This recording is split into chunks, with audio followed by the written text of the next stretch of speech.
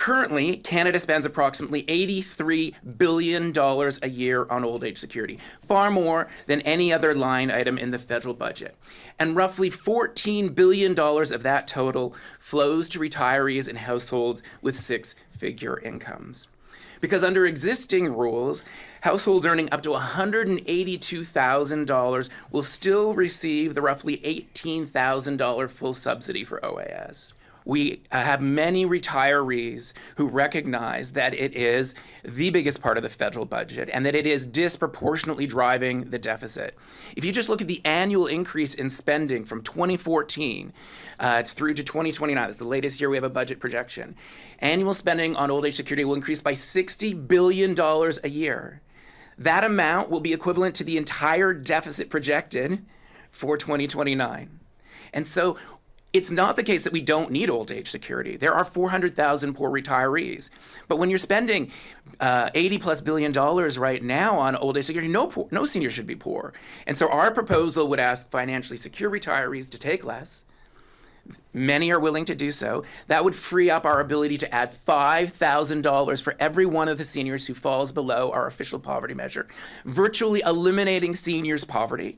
That is a political goal that no party is going to argue against.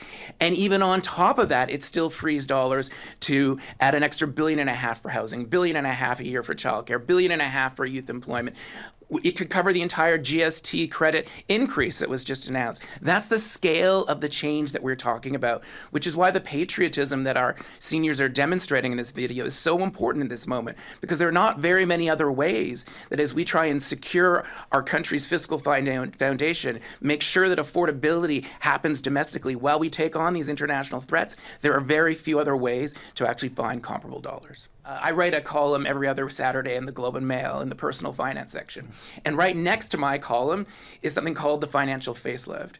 And what we have in that financial facelift is often Canadians, typically older, asking for financial advice about how to manage their finances. And their stories will feature what you've just sort of drawn attention to. They'll have millions in assets, and they'll say, how can I make sure that I maximize the benefit that I get from old age security? And their financial advisors are now primed to do what the laws allow them to do, to organize their finances, to keep growing their assets while bringing in that $18,000 household subsidy. I don't think when we are running a $78 billion deficit in this country that that's the kind of wealth management around this large subsidy that we want to have. We want to be targeting that OAS subsidy to those who are more financially insecure and especially to poor retirees.